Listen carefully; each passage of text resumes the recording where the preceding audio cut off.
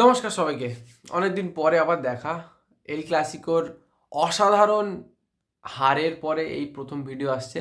আমি ওদিন চেষ্টা করেছিলাম লাইভ স্ট্রিমে কিছু দেখানোর, আপনাদের ম্যাচ দেখানোর, কিন্তু সেটা হয়ে ওঠেনি। কমিউনিটি গাইডলাইন স্ট্রাইক খেয়েছি, খুব কষ্ট পেয়েছি। ঠিক আছে, সেটার কথা না বাদ দিলাম। আচ্ছা, তো ওই ম্যাচটার ব্যাপারে কিছু বলার ছিল। দেখো, তারপরে আবার একটা বার্সেলোনা ম্যাচ হয়ে গেছে, কোপা ডেল রে 3-1 আমরা জিতেছি। ঠিক আছে, দ্যাট ইজ, ওরা থার্ড ডিভিশনের টিম ছিল, বাদ দাও ওসব, বাদ দাও ওসব, ওগুলোকে আমরা ম্যাচ বলে কনসিডার করবো না। কিন্তু রিয়াল মাদ্রিদের সাথে যে ম্যাচটা আমাদের সহ্য করতে হয়েছে, সেইটাতে আমি একটা কথাই বলবো, ম্যাচটা দেখছিলাম আর মনে পড়ছিল বারবার বারবার একই কথা, যদি মেসি থাকতো, যদি সাবস্টিটিউশনেও মেসিকে নামানো যেত, হয়তো স্কোরটা কোনো অন্যই কিছু হতো। তো এই নস্টালজিয়াটা এখনও কাটছে না বার্সেলোনা ফ্যানেদের মধ্যে থেকে। এটা খুবই টাফ টাইম চলছে বার্সেলোনা ফ্যান্সদের জন্য। এবার কি বলবো, মেসিকে নিয়ে আর কি বলবো, চলো গেমের স্ট্যাটসে আমরা ঢুকি। ওদের ভিনিসিয়াস রড্রিগো ডিস্ট্রয় করে দিয়েছে বার্সেলোনাকে। ওদের পেস, ওদের আইকিউ, ওদের গেম সেন্স যথেষ্ট দারুণ ছিল।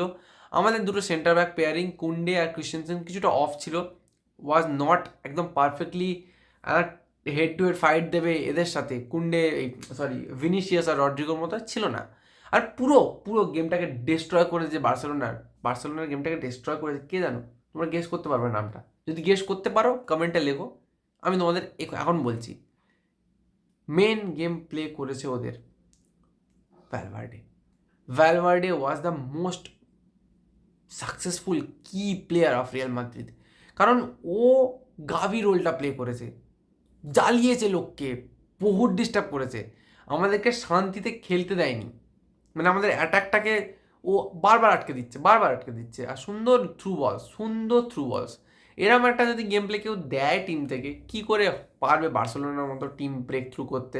দেখো, লেভানডস্কির গোলটা যেটা হয়েছে ওটা ইজ নর্মাল, নর্মাল, ওটা হয়, সম্ভব।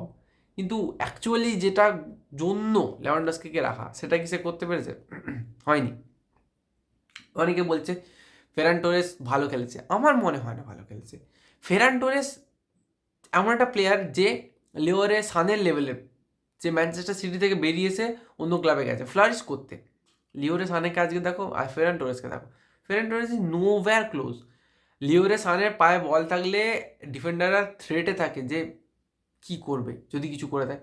But Ferran Torres where where কোথাও নেই, নো ওয়্যার নিয়ার।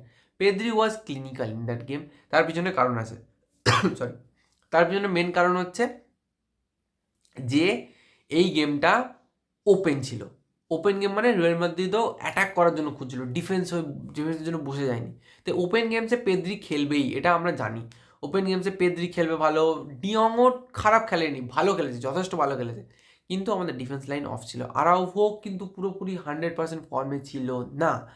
এইটাই আমাদেরকে শেষ করে দিয়ে গেছে এই ম্যাচটাতে। আর আমাদের অ্যাটাক লাইন নিয়ে কোনো কথা বলার নেই। আমাদের অ্যাটাক লাইন যথেষ্টই ফালতু, যথেষ্টই বিলো ওয়ার্ল্ড ক্লাস, যথেষ্টই নর্মাল।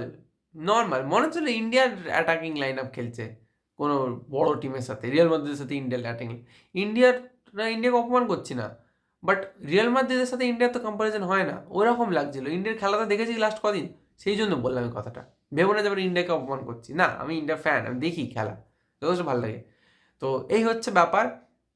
ভাল লাগেনি আমার, সত্যি কথা বলতে খেলা দেখতে ভাল লাগেনি। খেলেছে বার্সেলোনা, খেলেছে, but up to the mark ছিল না। উই মিসড মেসি, ব্যাস, দ্যাটস ইট, বাই, টাটা।